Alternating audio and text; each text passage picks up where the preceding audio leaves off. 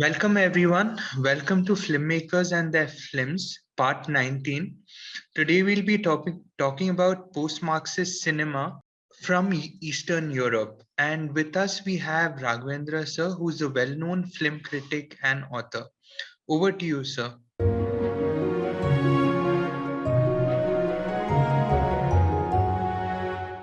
Before World War II, there was only one communist country, which was the USSR. Okay,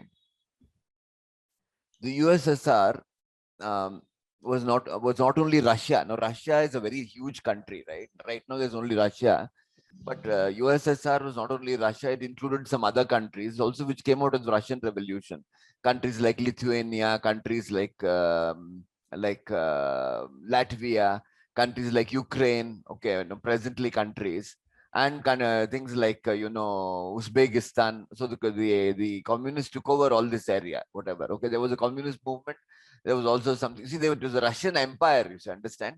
Okay, the Russian Empire was huge. Okay, so the question is, all these other countries like Ukraine were part of the Russian Empire, so that when this took place, when the revolution took place, they were able to incorporate all this in what is called the USSR or the Soviet Union. All right. Now, one of the aims of the USSR, one of the aims expressed, the aims of the USSR was Lenin's thing, was that it should spread its ideology. It was an internationalist. In fact, there was a strong belief in the initial phases of the revolution. There was a strong belief that the USSR could not survive by itself, that it would have to go international unless the revolution spread, to other countries, and the whole country become communist, the Marxist, or the whole world became Marxist, a large part of it. On its own, it could not survive in the USSR. This was a fundamental belief, which was why, okay, when Stalin came, I don't know if you're aware of this, there was a struggle for power within the Communist Party.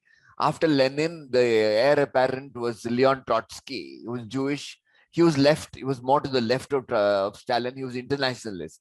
He believed that the revolution could not survive in Russia by itself, in the Soviet Union by itself. It would have to expand its frontiers, right? Leon Trotsky, and the other was Stalin. Now, Leon Trotsky was an intellectual, and Stalin was a bit of a, what do you say? He was kind of street smart. He used whatever tactics, but Stalin was not internationalist. As if to counter Trotsky, he came up with this thing of called socialism in one country. Okay, so that socialism in one country. So the very first thing, okay, the very first thing that they did, what Trotsky called his philosophy was permanent revolution. Okay, and Stalin called it socialism in one country. So they were opposing viewpoints, and it became, I mean, most of the guys most of the leaders of the Soviet movement were executed under Stalin around 1936, right? 1936, 1937, there were these show trials. A lot of people were executed. Bukharin, a lot of them, we have Kamenev, a whole lot of them were executed. I think 60-70% of the Politburo were executed under Stalin. Okay. Now, after the war, there was a separate bloc, which is when because of the stalemate between the West and the East, a lot of these countries which had formerly not been communist, okay, came under the ambit of the Soviet Union. Yugoslavia, for instance, had a partisan movement under Tito, and Tito was a communist. Okay, he was a communist. Then there was Poland, Czechoslovakia, okay, then Romania, Hungary, then Albania, Bulgaria. These were the basic things, right? Now, got to understand one thing, which is that Ukraine, afterwards, in the war, all these Eastern Bloc countries, okay, all of them were not fighting against the Germans. Hungary fought with the Germans, right? This is generally whitewashed in the sense that people don't talk about it very much. Romania fought with the Germans. Ukraine, in fact, there was a Ukrainian general by the name of Vlasov. Okay, Andreevich Vlasov, I think his name was. He was general in the Soviet army. He defected to the German side, and there was a Ukrainian National Army. Okay, the Ukrainian National Army fought with the Germans against the Red Army. Okay, at the end of that, Vlasov was caught and executed by Stalin. Okay, he was executed by Stalin. under the Ukrainians, after the Germans, there had been huge anti-Semitic pogroms. There's one famous one called Babi Yar, where hundreds of Jews were lined up against against a trench and shot and buried. That is what was said. But one really doesn't know. There's been a lot of we don't know exactly what is the truth about the Holocaust, how much has happened, how much has been cooked up. Because there was some the area where this trench was supposed to have been dug up.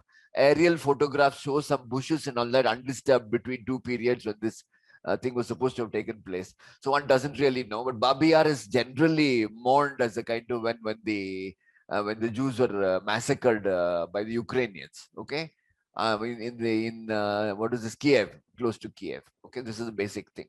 But the point is that this entire Eastern Bloc, all these countries I named, came under Stalinist Russia, and Russia ruled it. Okay, in some sense, they were all notionally independent up to East Germany, right? East Germany, which is Germany split in two. One part taken by the West, of course, there were three for the British section, the French section, and the American section, and all that were there initially. After that, it became one Western Germany and one East Germany. The East Germany was called GDR. This was called Federal Republic of Germany, right? This was there. And Berlin itself, which came well within East Germany, was divided into West Berlin, which was some kind of island within East Germany, West Berlin and East Berlin, right? West Berlin was they tried to blockade West Berlin to prevent food from being flown in. The Russians tried to prevent that. The Soviets tried to prevent that. They could not do it, and they had to break up the blockade, and then it became all right. Okay, now this is the basic thing. Now, Albania and Romania were the most repressive regimes, along with GDR. GDR was economically well off; the other countries were not. Okay, this was the basic thing. Okay, now once the Soviet bloc was established, what was called the Warsaw Pact was created, and NATO was created on this side. The Warsaw Pact. Okay, there was a movement in the 1950s, I think 56 or 57 or so, in Hungary against the Stalinists that was brutally crushed. It was torture was there. It was brutally crushed. Executions and that kind of thing happened. In the 1960s, late 60s, there was a thing in Czechoslovakia once again. Okay. Okay. So now, I mean, I am rushing through this stuff just generally to give you a picture of what was happening.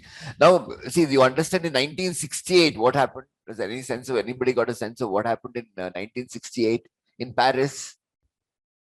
What happened in Paris? There was this Paris student uprising. You remember? I don't know if you know about this. 1968, there was a Paris student uprising, as a result of which de Gaulle had to climb down. Right? It was a big thing, and de Gaulle had to climb down 1968. And the student of Godard did a film called La Chinoise, anticipating that. There's a lot of stuff. I mean, 1968 is some kind of watershed thing. It was the height of the left-wing movement in the world, beginning with Paris. And the reason given was that it was anti-Soviet also. The Soviets were not seen as communist at all. Okay. By 1968, China had become some kind of model among the intelligentsia, the Jean-Paul Sartre, all of them. Okay. It became a completely different thing, and it was no longer, the Soviet Union was no longer considered communist at all by the intelligentsia. It was considered to be, so China, which was still an unknown. So the question is, China was still unknown, so China was sort of generally held to be the model around 1968. Of course, everything, all the facts which were known about China were not facts at all. They were fibs. Most of it was fibs. But let's not go into that. But the point is that Russia had lost credibility among the communists, except among our own CPM and our own Indian communists. Well, Russia had generally lost credibility. Okay. So then the Soviet system in the 70s, okay, it was already 60s, it was already losing, it had lost that radical appeal among the communists of the world, okay, generally. And the communists of the world seem to prefer China, they seem to prefer left. They think that they thought that Russia was too conservative in some way. All right. Now, the films I'm choosing here, the first one begins in the 70s, right? When did the Berlin Wall fall? that is supposed to be generally looked at the Berlin Wall is generally 1989 was when the Berlin Wall fall. That is the beginning of the fall of communism. But before that, it already been anti-Soviet movement in Poland. Okay, so the 70s, say 73, 74 or so, Man of Marble was made. I will talk about that films presently, but not right now. Okay, they had this trade union things, and this in Gdansk, that's formerly Danzig in under Germany. It's called Gdansk. There was this trade union movement and the shipping unions and all that. There was anti-Soviet thing. So the result of that, the communist system in Poland weakened considerably. Whereas it had been brutally crushed in Hungary in the 1950s, brutally crushed in Czechoslovakia in the 1960s, they couldn't do much in Poland. They brought in martial law and all that. They couldn't do very much. Okay, so Poland had to generally give in thing, and they couldn't do very much. The kind of brutal repression which they did earlier, they couldn't do here. Okay, so that is the basic thing. The Gorbachev decided in 1989 that the USSR was not viable anymore. He gave independence to Estonia, to Latvia, to Ukraine, to Georgia, to Armenia, to Belarus, to Azerbaijan. Okay, so the communism fell. The reason communism fell, one of the reasons, was the economic collapse of the Soviet Union. And the thing was, you see, the point is, America had got to the Soviet Union's embroiled in an arms race. They couldn't afford it, right? It was a colossal what do you say, expenditure, the arms race, and they couldn't do anything, and the system itself was failing. Okay, a lot of things which the Americans through propaganda, okay, things they hadn't done, they managed to make Soviet Union believe that this arms race was going on, and which is the way the America, I think under Reagan, they did this, and they completely destroyed the Soviet Union economically. One of the reasons. The Soviet Union was already under tension. It was already economically, there was a huge era of stagnation under Brezhnev, right? One of the things was all work quotas. Now this will become important in the next thing when we deal with the Man of Marble. These work quotas is, how do you ascertain when somebody is doing well or some factory is not doing well? Market conditions are not there. So you say you produce steel. Supposing you to produce steel, you give them work quota, you produce this, you produce that. Now, in order to meet their work quotas, they produced kinds of steel, like for example, flats or rods. Okay, they're all different kinds of steel, right? They started producing things which could be produced very easily, for which there was no market, right? Okay, in order to fulfill that quota. So the question, there was a huge backlog of unsold material lying around. Whatever was required was not, which is why, I mean, in spite of Ukraine being a breadbasket of the East and all that, there was a food shortages in Russia by the time you came to the end. There were huge food shortages. There's one more film which I think you should see, called Dear Comrades. It's available somewhere. You can check it out. That's about this. I didn't want to show that. It's less interesting. It's more realistic. Dear Comrades by Konchalovsky. Okay, that's available. Last 1 year old or some such thing. Okay, so this is the condition. So the question is, all these things went apart. So finally, Russia itself lost its. There was a brief coup against Gorbachev, but Russia itself had to give up its thing. It went back to some kind of change the names of Leningrad back to St. Petersburg. Everything changed. Okay. See, East Germany was very repressive because it was close to the center. It was close to the West, right? Okay, East Germany. So you had this East German security police. I think there were a lot of East German German movies have come about talking about East German repression, right? Lives of Others. Okay, then another one, Goodbye Lenin. These are all films. I'm not very fond of these movies. It's more like saying conditions used to be like this, today it's fine kind of thing. That kind of movies are making. Not really interesting. So East Germany, not German films on communism are not particularly interesting. I wouldn't even advise you that you should see this or you should see that. These other films are much more interesting. Of this, I would put Hungary and all more interesting. Poland, not so much. But let's look at the first Polish film. When you can understand this, Hungary fought with the Germans. Romania fought with the Germans. Poland did not fight with the Germans. It was destroyed by the Germans. So the question is, different East European countries, Romania, have different attitudes towards Marxism. Different attitudes towards, all of them are not anti-Soviet that way. Okay. So anti-Stalin, Stalin was the villain of the piece.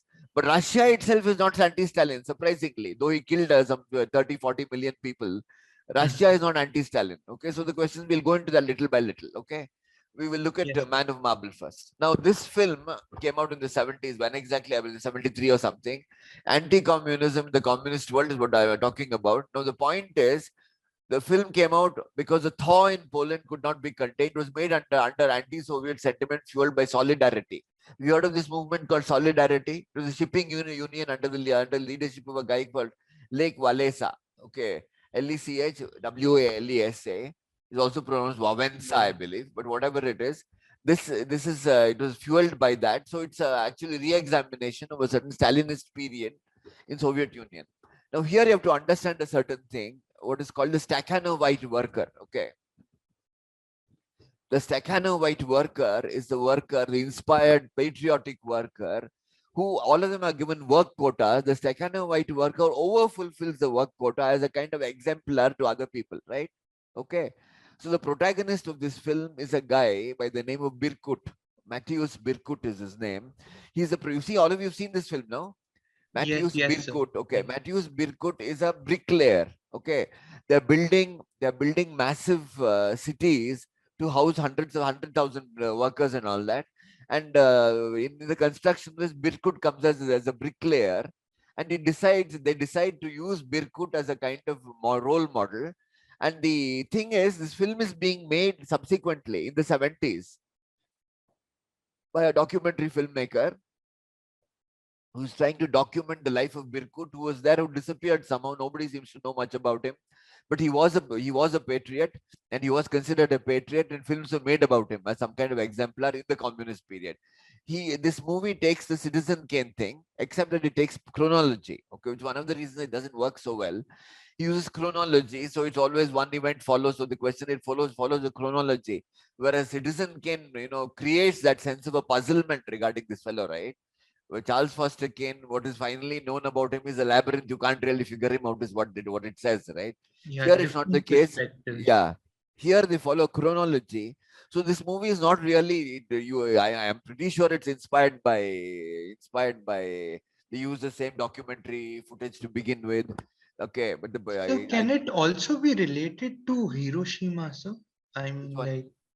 like Hiroshima, they have used documentary footage and Yeah, but it's not the uncovering of like Hiroshima Mon Amour you're talking yeah, about. yeah, yeah, yeah, Okay, yeah, Hiroshima Mon Amour, it's not the uncovering of a past, right? It's about a yeah, relationship, right? There's yeah, no yeah, here. There's an actual, shall we say, trying to expose the past, trying to say something about a past, trying to yeah. rediscover a past. That basically, which is there in Citizen Kane also. Here, Mhm. here the thing, the basic difference is, I'll come to that. The basic difference is it's a past which is continuing into the present in some way, whereas in Citizen Kane, it's something which is already done, dead and gone, right? Okay, Kane is gone, only exploring his life, his thing, and it's they are dealing with the stable system. You're dealing with the system in flux. Okay, so she goes around looking at this.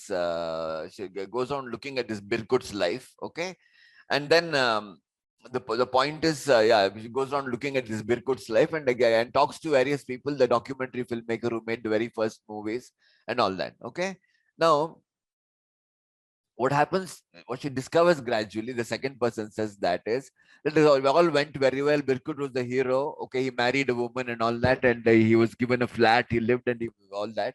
But at some particular point, what happened was, see, wherever he did this thing, no, wherever he did this demonstration of overfulfilling the quota, they were used to do 3,000 or 4,000 bricks. This fellow, with the help of two or three others, are doing 30,000 bricks, laying 30,000 bricks in a day. The question is, when they start doing this, they started raising the work quotas. Why aren't you doing more? Why isn't this man doing it? Why aren't you doing it? Question, right? Okay. So once they start doing this, started raising the work quotas, other people started resenting the fact that this guy is coming here and he's coming and doing it. He's celebrated, he's getting garlanded, he's getting bouquets, and the result of which we have to do more work, right? So at some particular point, what these guys did was to slip him a hot brick which had been in the fire. Okay. So result of a hot brick is slipped to him. His hands are completely burned. After that, he has to wear gloves. It's some rare, it must be 300, 400 degrees kind of temperature, right? His hand is completely burned and he realizes he's unpopular. And the very first question he asks is, can, can workers do this to other workers? Okay, he doesn't understand this. But what happens is his close friend who's also been with him been with him in the movement, in that thing of bricklaying or whatever. That guy is arrested. Okay, he is accused of passing this. He has been wearing gloves, so he doesn't know that it's a red hot brick, a hot brick that is been passing on. After all, this is not like something which glows when it gets hot now. A brick remains, looks exactly, a hot brick looks exactly like a cold brick, right? So the question is, when he passes it on, he himself doesn't know it's hot. But Birkut, who works with bare hands, has his hand completely burnt. Okay. So when the other man is arrested, okay, he Birkut starts protesting for him and all that, and Birkut himself gets into trouble. Okay, and he loses, and then various things happen. His wife leaves him, etc., etc. The point is, the point here is that this film doesn't end with Birkut is dead when the film goes along. The film is not simply ending with Birkut, right? It wants to say that Birkut's son, played by the same actor, I think, which is a somewhat silly thing to use the same actor to play Birkut's son. That son was played by the same actor, that he continued wherever Birkut left off, and he joined Solidarity. So he made Vaida made another film called Man of Iron. I have not seen that movie. I'm not particularly interested also, because it seemed to be playing entirely for that to that thing of solidarity movement, anti-Soviet thing and all that. Okay, this is basically it, right? The point is, okay, today, if you look at the last 10 years or so, you will find that there are basically two kinds of movies. One is anti-Nazi films, but what the Nazis did in Poland, and the other is the anti-Soviet movies, what the Stalinists did in the Soviet Union. There's this guy called Pavelnovsky. I don't know what's his name. He's made this movie called The Cold War. Pavel Pavlikovsky made two movies. One is called Ida. I don't know if you've seen it. Have you seen this? It got, I think, best foreign film or something, Oscar, right? Yes, yes, Ida yes. is set in the Nazi period, the killing of Jews and the discovery of all that. And then this Cold War. Both these movies were impeccably shot and all that, beautifully shot. And I don't like this guy as a filmmaker at all. I won't recommend his movies. He's not interesting intellectually. I don't find him interesting. But in fact, he's the kind of guy who wins. He wins prizes at Cannes. Wins prizes Yeah, everywhere. He wins. Yeah, yeah, he's that sort of guy. Cold War was highly praised by everybody. yeah. I don't find it. The whole problem is, the whole problem is, when you're criticizing something, and you take something like Cargo 200, right? Cargo 200 is actually not saying this is a thing of the past, you have got over it. That kind of thing is never there in Cargo 200. It's savage, it's scary, it's kind of savage about Stalinism, because he knows where Stalin is from, there where it led, right? He is not praising the present. Whereas when German movies criticize which one? The son came to the studio. Okay, that means it's continuing. The struggle is continuing. Okay, it just simply means it's a fairly banal thing. That is, he is there in the shipyards. Okay, the son is in the shipyards, right? Okay, he's in the shipyards. He's part of the labor union in the shipyards. His father was in protest. Okay, so now he's continuing the same thing. He's going to continue. It's actually a kind of propagandist thing. Oh, yeah, the struggle will continue, kind of thing. It's nothing much. Okay, that's all it is. It doesn't mean very much, right? So also what I feel is about festivals, they, favor towards a certain kind of content. Like for example, you take something like. Have you seen this guy's Zviagintsev, who keeps on making Yes, anti-communist yes, movies? yes, yes. You take Levitan, Zviagintsev and Loveless. Balabanov. You just have to look at Balabanov, Chicago 200, and you look at Zviagintsev, which is Loveless. For example, look at Loveless. I want to talk about it. We talk about Yuri's Day. Okay, that's also about a disappeared child. This is also about a That, disappeared boy, right? Both are about disappeared boys, right? It's very interesting to look at. Zviagintsev is making movies for Western film festivals, basically, right? He's a brilliant filmmaker in terms of visually, but basically his approach is very different from somebody like Balabanov. I would take, Cargo 200 because it's self-criticism. This is our thing. This is what happened in our country. This is what we are doing. And when he finally, at the end of it, he shows that young fellow, going into something and becoming a capitalist of some, becoming a businessman of some sort, crooked businessman. He's basically predicting where this led, right? Okay. Balabanov is predicting. So he's just saying that there's not much this thing that has changed. Something has changed, but it's more or less the same. Zviagintsev is standing outside and doing something else. So there's a lot of difference between Balabanov and Zviagintsev. Okay. Poland, by and large, has been talking about in the past, it used to be like this. This is what happened to us. This is what that kind of thing. It is, in my view, somewhat similar to 1942 love story, right? In 1942 love story, what are you saying? We fought for independence. We got this country. We have made India independent. Okay. Okay. Even something like Benegal's, which was that Sham Benegal's thing, Civil War, no, this mutiny film. What is it called? Junoon. Okay. We won independence. We did that. What is that? There was one more film of this guy, I think, Mangal Pandey. Okay. Where India became independent and sacrifice also. But agreed. But what is India itself now? Okay.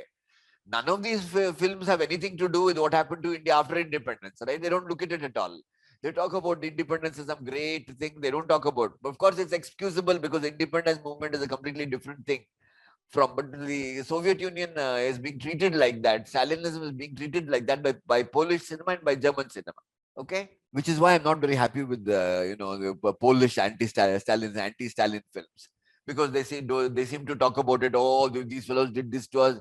They're putting the blame on other people. They don't look at themselves. That is the same problem with German movies also. It used to happen in our thing. Now we are fine. We are an independent country. We are having a fine time. And also you must keep in mind that Poland is a Catholic country. Okay, which is very different from Romania, which is Orthodox. Okay. Hungary is also a communist country. It was also a Catholic country, but not so much, I think. I don't know what it is. But Hungary, the attitude is very different. Okay. Now, shall we go to the next one? Satan Tango is basic. I can talk, no? But Satan Tango is basically based on the last years of the communist thing, that the collective system is collapsing, right? It's so everything is collapsing.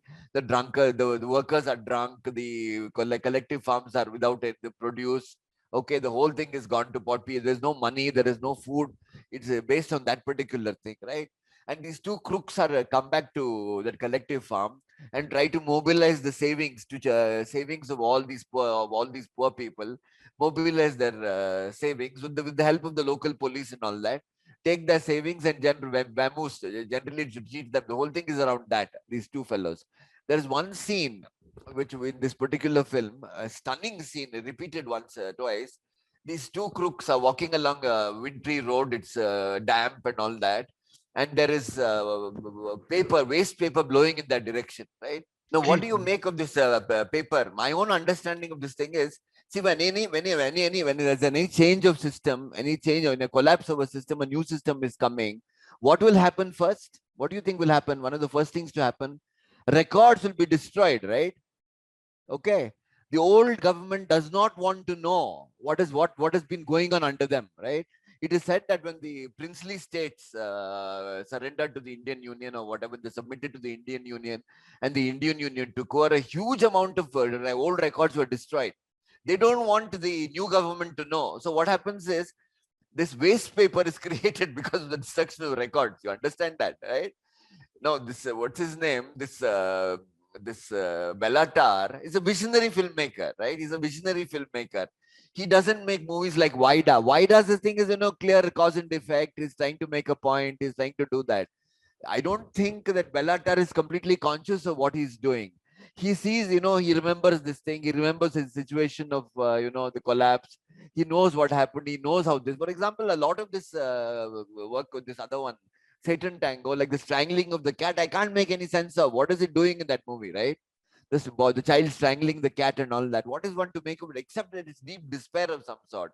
It's a collapse that people are, that they're distrust. This kind of thing is happening, right? So the question is, he's a visionary filmmaker. Okay. No, generally you should look upon him like that without looking for one-to-one meaning, right? But he seems to generally work in some, abstraction, in level of abstraction of some sort. He's not giving you actual thing. He's working in some level of abstraction. Perhaps allegory would work. Let's look at Workmeister Harmonies, what he's saying. Now, Workmeister Harmonies is a very interesting film. Okay, all of you have seen it. I hope you were able to see it. Yes, No? yes. It's about this. It's about this unnamed small town. Now you look at the way this film is constructed. It begins with this some skit which is being done by this guy. This very simple chap, okay, of the planets and the moon and all that.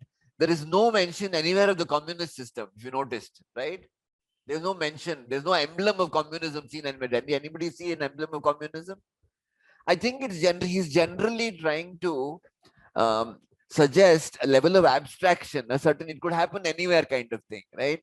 So it's basically an allegory for things which could happen anywhere, right? And what is it happening here? This unknown town, okay, the simple man, ordinary people are living, there's small local politics, this and that are happening, okay. People, some of them get on, there are local fights, there is this and that. To this town, you finally have, it's a very realistic thing with no particular political shall we say, politics being implied there, except local politics of some sort, like some woman wanting, wanting to get back to her husband, the husband wanting to be a chairman of something or some such stuff like that, right? At that particular point, technique, it is simply this extreme law. Okay, that I don't really know what to make of it. I'll have to think about this. I'll try to put it. I've Which written it in ones? my book. Huh? It's Which- I'll tell you what. He's like Antonioni used to do this, right? And I think there's a Yeah, lot of similarity between Laventura. Laventura. He does this. So there's some thing of of a past thing. In my one way you could see it is, since he's trying to recreate the past, he's dealing with the past, right? So this long takes, okay, is a kind of holding on to the past in some way. Okay, it's a kind of recreation of the past. You want to create the past in all its detail, right? So this question of sharp cuts where you're simply communicating information is not enough. There's a certain effect, there's an effort to actually recreate the past. I would take it as that. Okay, it's also there in Tarkovsky. Long takes and this great attention to past moments. Is that like in the Solaris? Okay, Solaris So is a also, recapture. It's a recapture of the past from a space station, Earth. It's a kind of obsession with something which was there, which no longer is, kind of thing. It's so not necessarily also, that it's good. Sorry. what I feel is like, when we take Laventura and this one also, when something disappears, like, the focus is taken off that object and the goal is something bigger than that, or the search is bigger. Yeah, correct. You're right. Yeah. So he's actually holding on to time in some sense, right? You're holding on to time. You're holding on to a certain thing. You're trying to, recapture the past in all its detail, kind of thing. Okay, that it's more that you're not really focusing on an object, right? It's a landscape. It is this kind of thing. You don't focus on a particular object. Here, these people are going along, but it's more. I mean, obviously, the two people are not of great interest. There's this paper also which is going along. This is the way I see it. Okay. Now, okay, now when we come to this thing, what exactly is this this whale and this thing? There's this guy called the Prince who we never see. What do we know?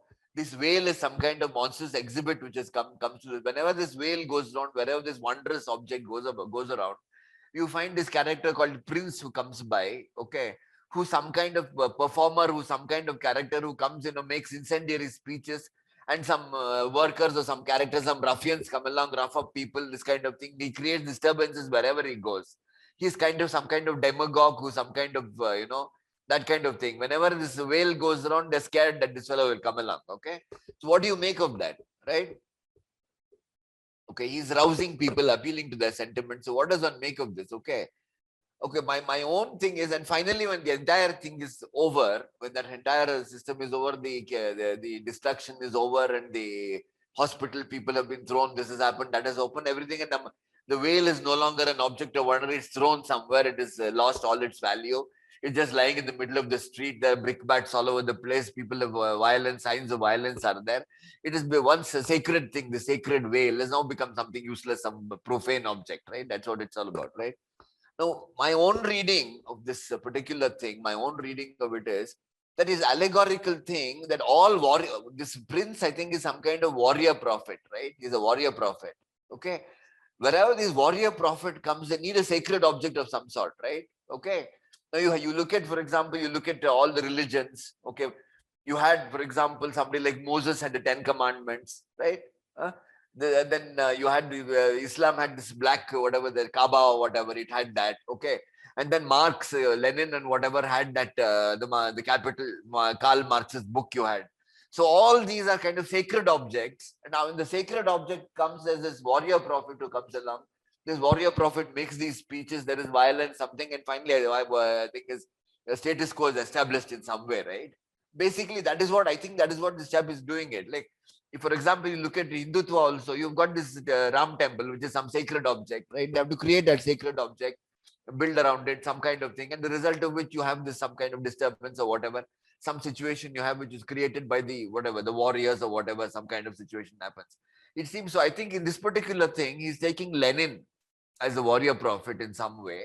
I mean, he's too much of a visionary to pin it down to Lenin, like Vaida would do. Like Vaida would say Stalin, Vaida would say Lenin. So Stalin's picture.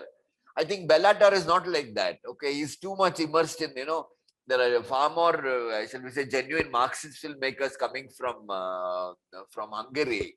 If you're saying somebody like Jancho, JNSC or Jancho, even a genuine Marxist filmmaker, probably the greatest Marxist cinema made in the world has been made by Jancho, Hungarian. Okay. So the point is that Hungary had, in some way or other, imbibed communism. They made communist art of some sort, right? So that being the case, the fall of communism will not be seen simply as Stalin coming and doing this.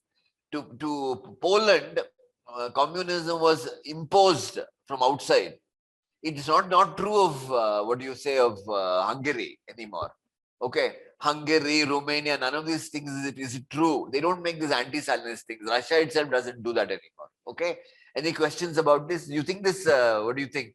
You think this interpretation I've given is a viable one? Is a plausible one? What do you think of it?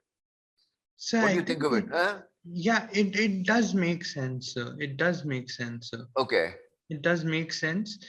But again, the stuffed whale is like slightly, It's a shall we say, it's a, what do you say?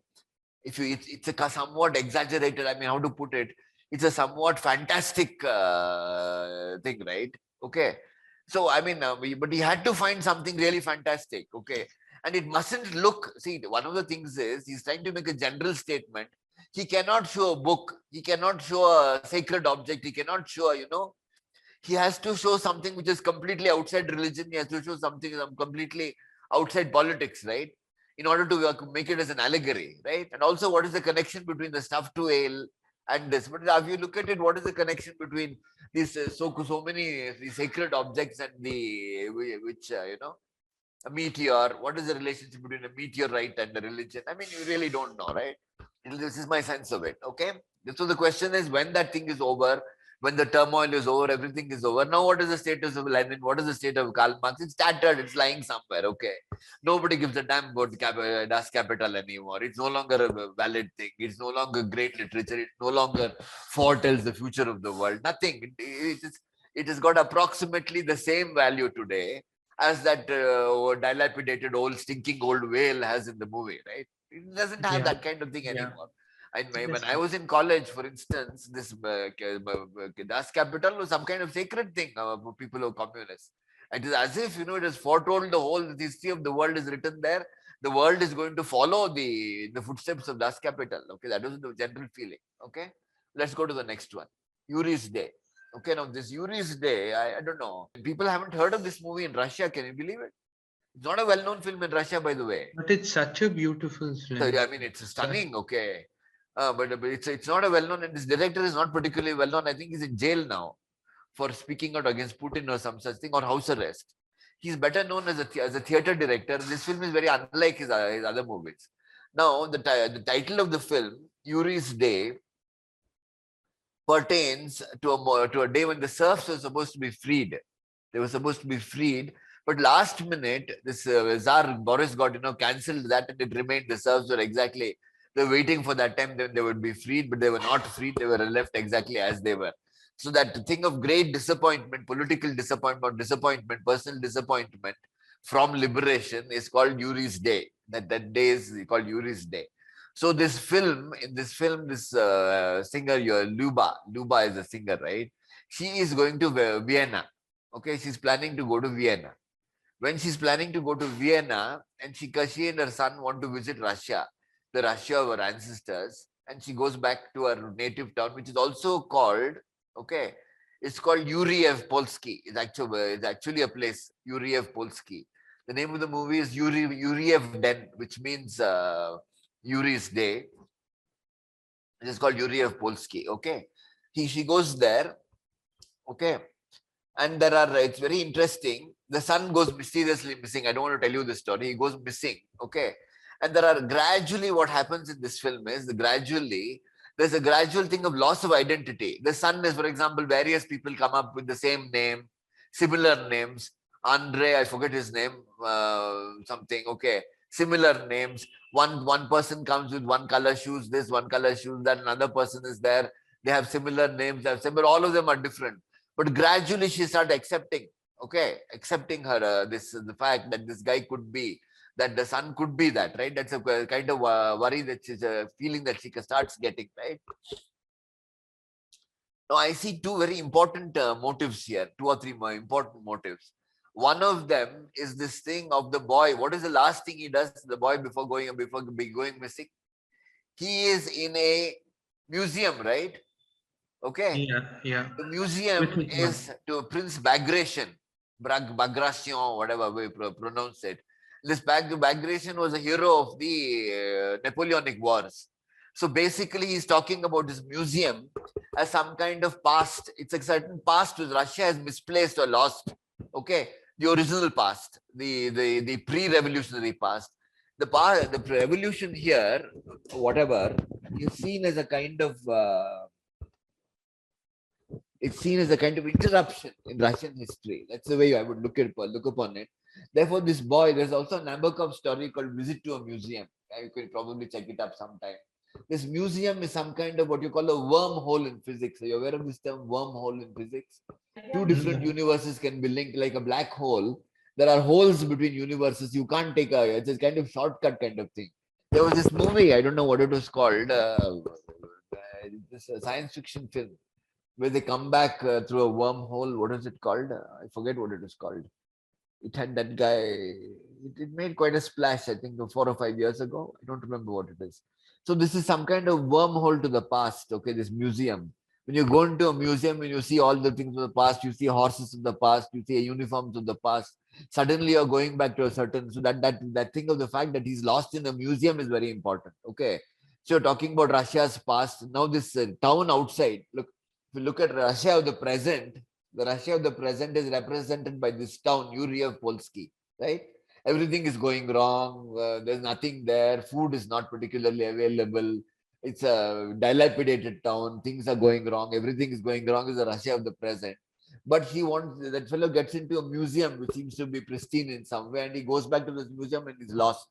Okay, that is one thing which I find very important. Another thing, here you have to look at this the entire thing of L'Avventura. I think is a good comparison here. What happens in L'Avventura? What is the story of L'Avventura? What happens in L'Avventura? These people are searching for this person who's lost, and finally, what happens? That they themselves are lost, right? Okay, they themselves are lost they are lost to whom? We see them, but the point, they are lost to their own society. They're no longer part of that society. They're detached from that society. They go where they're no longer part of that society. They become lost in some sense. In that sense, this woman is also lost to wherever she was planning. In fact, that reminder when she's that one scene is there in the middle. You remember when she's seeing herself on the television screen, is some kind of reminder to what she was. So there is a particular thing of this woman's, there's an unstable order of some sort, the result of which she's gradually losing herself. Okay, her gradual identity as a singer is going, identity as somebody is going, everything is going. See, it's like this. How does one deal with this? I'll tell you how to deal with this is, okay, what is identity? What is a person's, how is identity constructed? I think you would require, for you to have a particular identity, you would have to have a stable society, okay? Your position in the hierarchy, your job, your this, your that, all these things, right? If there is a certain thing, if for example, okay, there's turmoil, okay, there is war, there is turmoil, there's refugees, there are people going along, people won't have, identities, they won't have this, they won't have, they'll change names. Have you seen Dr. Zhivago? All of you have seen Dr. Zhivago? Okay. We don't know who she is. You remember that Dr. Zhivago also, that scene is there finally when he goes around looking, where is the daughter of so-and-so? He can't find her. She doesn't know who her mother is. She doesn't know who her father is. She can't identify herself. She has a name. She has no background. You understand that. Her identity is in a flux because you're dealing with a society in completely unstable society. There's been a lot of turmoil. There has been war. There has been this, right? Okay. Refugees and that kind of thing. So in that society, we're talking about this. Luba has come to this situation when that whole churning has taken place, because that churning gradually, okay, that identity which is very strong to her, from Moscow, elite, look, let's understand this. There's an elite in Moscow to which she belongs, right? But then she comes here and she becomes part of Russia in some way, part of Russia as it is, the grimy Russia, okay? That grime, that thing, okay? It is to give you an example of how much turmoil and churning that is there in this way that Russia is talking about. This guy, the policeman, has got tattoos on his body. Everybody knows that the Russian prisoners, okay, have tattoos, right? Okay, he's got the tattoo of the Winter Palace on his back. As how did you're a criminal? Yeah, he was a criminal. Except that in 1990-91, there was no money to pay the policemen. Therefore, the policemen were left their jobs and pushed off, and the criminals were put there as policemen. So this guy is a former criminal, was now a policeman. Okay, so how does he deal with when that smuggler or whatever is selling shoes, stolen shoes or some such thing? How does he deal with him? How does he deal? Not by arresting him. He deflates his tires with a knife. You know that? You remember that scene? Okay. How policemen deal with criminals is through crime. Okay. This whole business of what is the way of dealing with the crime, what is the thing, what is law, what is not law. The whole thing is in a flux. Okay. It's a society in turmoil. So he's dealing with that situation, and this female is trying to get out of that society in turmoil. Okay. Get out of there. But gradually she finds herself losing this identity, which is strongly hers. Okay, as a singer, that scene where she's where she's actually sees herself singing is probably the last thing. Okay, when her former self and her present self the gradually think like a last connection to her former self, and even that she's seeing from a distance, right? What that fire means, no, don't ask me. There's a lot of stuff in this movie which I can't fully grasp, except that it makes a huge emotional impact on me. I can't say very much. Okay, so this question of of loss of identity, and then you just look at that. The minute they go to this place, they find that everybody's got red hair. That is a brilliant scene, I think. That finally that whatever the hair dye, only hair dye available in this place is one orange color. So everybody gets his hair orange color and they all have orange hair. It's a way of completely erasing all traces of individual thing, right? That is the way she is. So she's got this thing, and then she also goes, and her voice is also gone because of that. And she goes finally at the last thing, and then she gets into that choir to sing this Christian thing, Christian choir, and she's singing. And she, because of her being a great singer, she tries to sing above that. That person, no, come down, corrects her and says you must be part of it. So she becomes that. This is a particular thing. The other thing is that motive of the Pieta, right? You remember that thing of the Pieta? This tubercular patient who's called Andre something, right? That guy, so finally she becomes like a son, virtually accepts him as her son, right? The original son is lost. Now you've got this Yeah, he pathetic looks character. very similar. Yeah, Very. I mean, that fellow's bald, that shaved head, that guy had long hair, and that guy was arrogant. He was somebody, this chap is some pathetic character who's got some story to tell. What that story means, I can't tell you. I haven't figured out. I can't tell you. Okay, but I'll say this: that finally she accepts this guy. That there's a unit that finally all human beings, okay, all human beings, that finally are basically, it's a kind of, I think there is some kind of thing of religion as some kind of way in which people can regain their humanity or some such thing. I can't respond very much to Christian motives, but that could be a thing in the movie. Okay. Okay. So that finishes this movie. Also, what I feel, somewhere all the four movies that you have listed, it's kind of a pattern. It Yeah. goes unresolved, but it points towards a larger picture. Same like, Antonioni's La Ventura. Yeah. But the first one, like for the first one is actually no. First Yeah, one is yeah, not there. except, yeah. Man of Marble, it's not there. See, the point is Man of Marble is not complex. Okay, they're trying to, it's slightly propagandist, there's slightly they're beating this thing of, oh, we are prepared to do this, we will fight Stalinism, we will do this, we will do that. Okay. Stalin, by the way, is not hated in the Soviet Union. They see him as some kind of thing. So the question is, they see him as their own creation. Okay, it's very different from Poland, where Stalin is an imposition from outside. Okay, we go to the next one, the last film. This film is interesting. The Romanian film is very interesting. The point here is that this is after the Ceausescu's execution and all that, and Romania was back to normal. The entire thing is a fact of structure.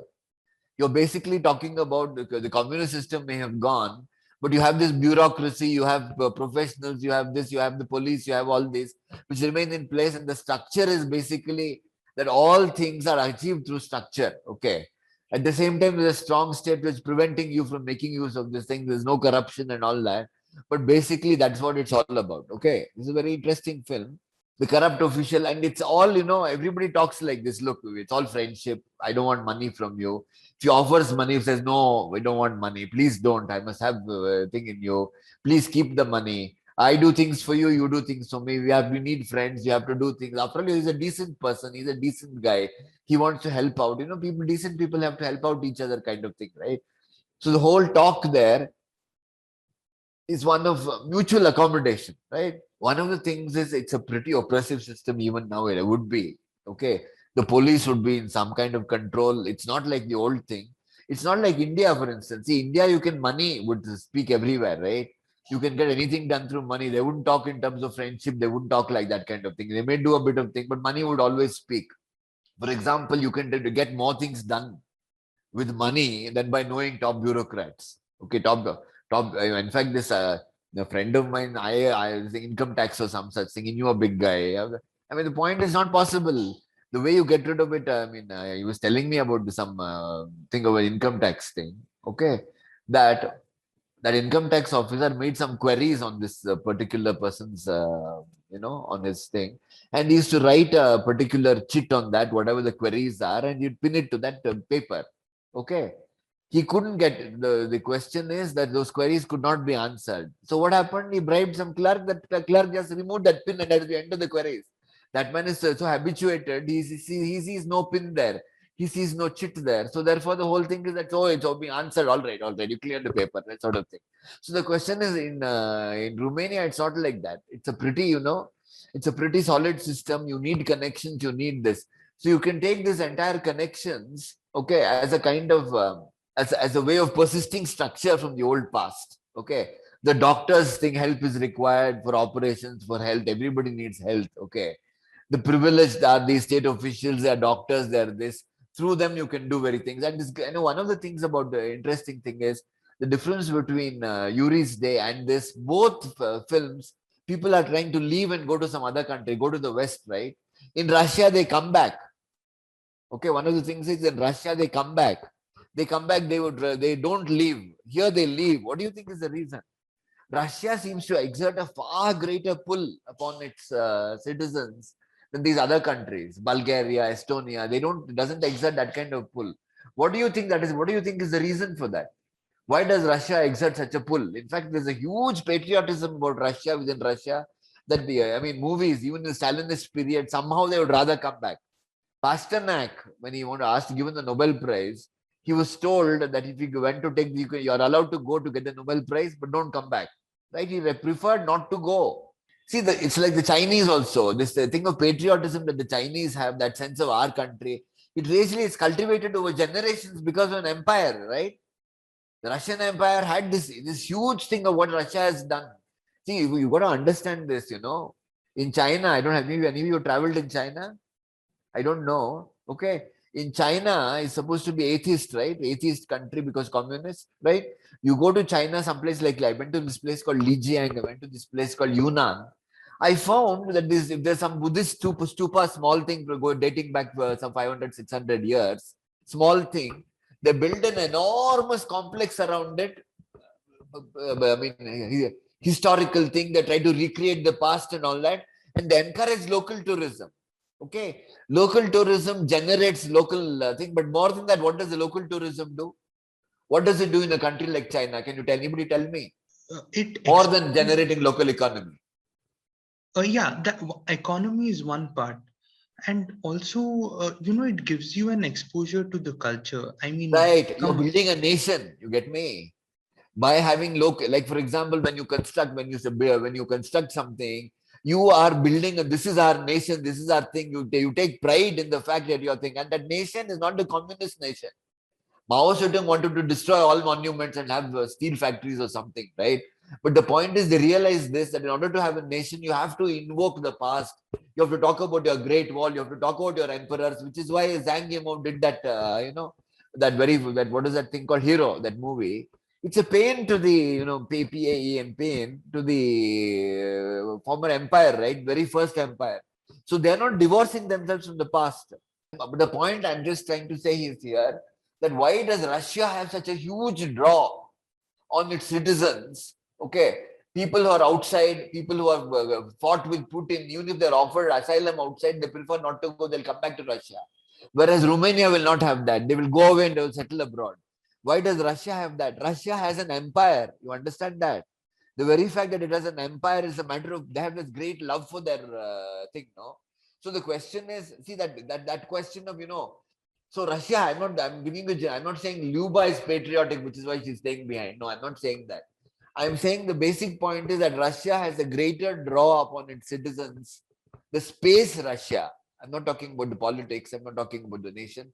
The space of Russia has a huge draw. Okay. Look, after all, how do you imagine the country? How do you imagine nation? You see its boundaries, right? That space exerts a huge draw in a way that some country like Romania will not, a country like Bulgaria will not. Okay. That sense of nationhood is very important. Okay. That is very important. That nature, which is why it's very difficult to build. Yeah. Both, but yeah, that's what I mean. That empire background, right? In fact, I'll tell you, when you go to China, there is a place called First Bend in Yangtze River. This is in Yunnan province. First Bend in Yangtze River. Now that particular point is Yangtze River turns around like this, takes a horseshoe thing and goes off, right? Now the point is, why is it so important? Why is it so important? If the Yangtze had not taken that bend, it wouldn't have remained in China. It would have gone off into some other country. Okay. So the question is that entire fact that the Yangtze is such an important part of China would be lost. It's not like the Mekong. The Mekong goes off into Vietnam. It goes off into other countries. The Yangtze, this first bend is very important because it comes back into China and then it goes off somewhere else, into China, right? So the question is that thing of your empire, the fact that, look, you have to have artifacts from the empire. You have to have architecture from the empire. You have to have, I think all of us in India should understand this. Anything which pertains to India of the past, okay, should be preserved, should be a draw, okay. We cannot say this is not part of our history, that is not part of our history. This is very important for us, that in order to build a nation, that any relic of the past is important to you, including colonial relics, right? It's very important to you. It's a history of the past, you maintain that. And the Russians, the Chinese are doing that. Russia is not doing that. It's not so much. They're not doing that so much. They don't have money. They don't do this sort of thing. But the point is that Russia and China have huge draws of even Ethiopia. You go to, Ethiopia was an empire. Do you know that? Okay, Ethiopia was an empire. It's not like Tanzania or Kenya. Okay, it was an actual empire. There was a king. There were up to 600 BC. There are 600 AD. There are churches there going back to 600 AD. Can you imagine Ethiopia? Okay, you go to Ethiopia, you find rock cut temple churches and all that which go back to 600, 700 AD. I mean, that kind of history it's got. So the question is that Ethiopia has that thing, of an empire. That when you have an empire, when you historically have an empire, India has not had that. It has had several empires. You had the Maurya Empire, you had the Gupta Empire. They've all taken parts of India, extended to other parts. But there's no Indian empire the way you've got a Chinese empire and you've got a Russian empire. So the point is this entire thing of, Russia's draw upon its citizens, I would relate in some way to there being an empire, this great sense they've got. Luba falls back into Russia. Okay. I would not say she is patriotic. See, I'll tell you, the freedom struggle is not enough to make us patriotic. You have to have a past, you have to refer to something much older than that. Okay. So the question is that the freedom struggle is simply not good enough to awaken your draw, the fact that you're drawn to the nation in some way, right? Okay. You should be drawn. That question is the empire does that. You've got going back to some great wall. Just look at Great Wall. What an emblem it is, right? Okay. What a huge thing it is. What a the thing they've created out of that Great Wall. The same thing with Russia, the Kremlins, these things, their Orthodox Church, this, that, their religion, right? All that is a draw. So the question is, Luba is drawn back into Russia despite herself. It's not that she's patriotic. It's not that her emotions are patriotic, but she's drawn back into Russia is the sense I get. Okay? This thing of Romania, okay, of leaving and going away. So the Romania, that sort of thing is not there. There's no Romanian Empire. So the question is getting out, getting out, getting out. Now this is a danger that countries like India face. Okay, it's a danger we face that rich people get an opportunity to leave the country and go, they will go. See, the question is a lot of them will do that. I mean, they may come and go, but the kind of thing is that this kind of thing doesn't have that kind of draw. It's a let's say that patriotism in India is a notional thing brought about by freedom struggle. It doesn't have that thing of empire. It doesn't have that thing. India has not been able to build that sense of our past. Of everything is part of our past. The Mughals are part of our past. The Guptas are part of our past. The Mauryas are part of our past. They've not even maintained records. The Mauryas came to be known pretty late, a couple of centuries ago. Okay, they were not even nobody knew about Ashoka. They discovered him fairly recently. So that entire thing, we don't have that. Whereas Chinese have got that history, Confucius, this, that, you have that history. So this is basically it. I don't want to say any questions up to here. So just one question, sir. Initially, you see a stone that's been thrown at the glass. That is that boy, little boy. Yeah. Oh, that's a little boy. Yeah, Okay. little boy. Yeah, that little boy. So Yeah. then, that little boy. There's something else I wanted to tell you about this man, husband thing about, this question, like, what exactly is this? He leaves his wife and goes out with the other woman, right? Okay. There also, that's also tainted by his misuse of privilege. Okay. Okay. The point is that the woman is a school teacher. She's not privileged. This guy is actually a doctor. He's got privilege. So the question is, why should that woman, see, he won't spell out all these things, right? Why should that attractive young woman be tied up to this old doctor who is nothing at all, who's, in the sense, he's got privilege, he seems to have connections, he's got this and that, but doesn't seem to have any, I would recommend one more film, a Russian film called Heart of a Dog. It may be available. Just check it out. Heart of a Dog, where the kind of power that a doctor has in the Soviet Union. Okay, it's an interesting thing that they can't get rid of him from his palatial bungalow or whatever. Okay, he can keep as much as he wants because he's treating the Politburo leaders or whatever. It's satire. It's a brilliant film. You'll see that. It's a fairly recent one, a TV film, two-part TV film, Heart of a Dog. You see that Bortko is the name of the guy. Made based on a novella by a chap called Bulgakov. Okay. This question of why is that the youth don't want to leave Romania? What do you think? Why do you think this man shows the youth as not leaving Romania? They want to preserve their culture. I don't think it has anything to do with the actual belief of the youth. I think it is necessary to show that the youth have more promise, have more faith in the country. You have to show that. The film director will have to show faith. He is portraying a country, a future of the nation are the youth, right? Is right? Yeah, the future of the nation are the youth. Since the future of the nation are the youth will have to show faith in the future of the nation. You get me? Okay. Whereas the older people are cynical in some way. So the point is, the older people can be whatever they want. The youth still have future. They don't want to go. They would rather stick to the nation kind of thing. I think it's a kind of, it's a kind of mandatory thing. You can't very well say the youth want to leave. First, no, not necessarily so. I don't think so. No, I don't think festivals want that. I think this is more a local demand that you have to show faith. Every country, when you're making a country for a local public, you have to show.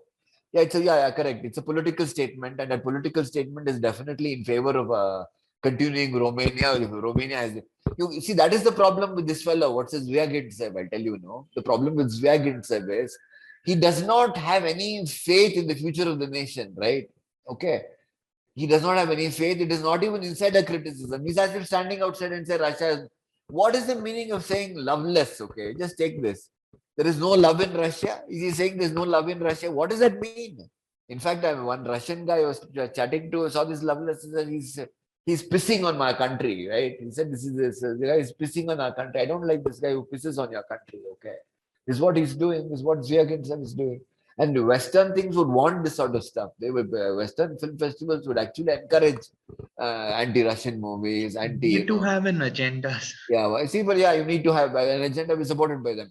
Same thing with Zhang Kejia. Okay, Zhang Kejia is he's not anti-Chinese as much as trying to uncover. What was that question? One of the possibly. I don't know if state funding is there. It could be. I don't think may not. I don't think there is state funding. They can get money from outside. It's not. I don't think state funding is there. It could not. But this is the thing that you have to show some faith in the future of the nation. Theories Day, I think, is probably the most interesting film of the lot. This one is a realistic thing. Graduation is realistic, but it's very complex in terms of the relationships they explore, various relationships. It's not. It doesn't, shall we say, need interpretation in that way. It's fairly straightforward, but it's got these complex, triangles, this triangle, that triangle. Okay, the younger people, the young woman, the wife, and this guy. These various triangles there. So through those triangles, each one of them can explore this aspect, that aspect, of various aspects of the thing. But basically, it is a thing of the structures remaining intact after the fall of the communist system. Those structures are to be made use of by people in power is basically it. Okay. And so we'll stop here. All right. Thank you so much, sir. Welcome. I hope It was a wonderful one, and thank you everyone for joining in.